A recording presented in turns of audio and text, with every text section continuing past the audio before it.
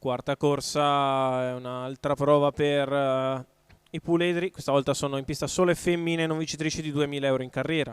1 Evita di Dario, 2 Euforia, 3 Enigma Sì, 4 Esterlight, 5 Elertama, 6 Ellie Brodipe, in seconda fila 7 Eloramo, 8 Elizabeth Matley, 9 Electrica Trio, 10 Evita Spritz.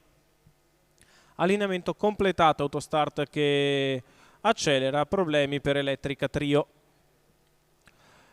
E allo stacco è Elert Ama che prova ad andare davanti, al suo interno cerca di opporsi Euforia.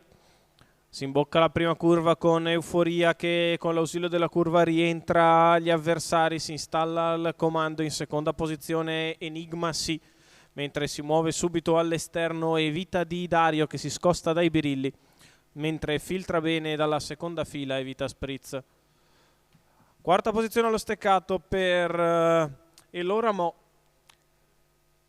mentre la battistrada può permettersi di rallentare il ritmo sino a passare i 400 metri in 31,5. Euforia in vantaggio nei confronti di Enigma Sì, di fuori Evita di Dario, allo steccato Evita Spritz, la seconda pariglia esterna per Elert Ama, poi ancora la corda Eloramo a precedere Electrica Trio.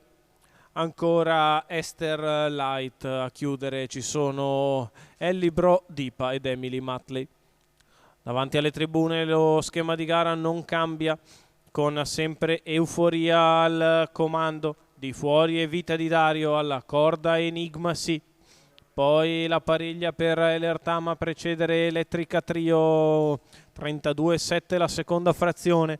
Euforia in vantaggio, si porta a completare il primo chilometro in 1:21.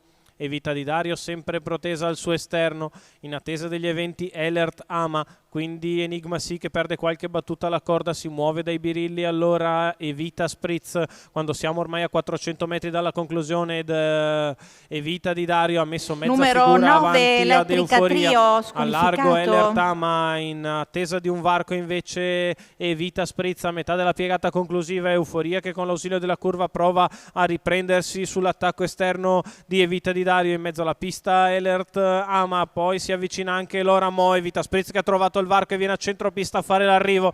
Evita Spritz che scatta in mezzo alla pista, Evita Spritz con parziale superiore vince nei confronti di Evita di Dario. Al terzo posto Euforia, 31,6 la chiusa in una corsa lentissima, 1:19,2. Evita Spritz e Carmine Piscuoglio per il training di Andrea Sarzetto e la scuderia Valle Falconera vengono a vincere. La figlia di Varenne Solares che in percorso di attesa da quarta allo steccato va a prendere la pariglia al momento giusto, trova il varco sulla rottura di Elertama e nel finale si allunga molto bene per vincere con un paio di lunghezze di margine. Il numero 10 di Evita Spritz e Carmine Piscuoglio vincono la quarta corsa dall'Arcoveggio.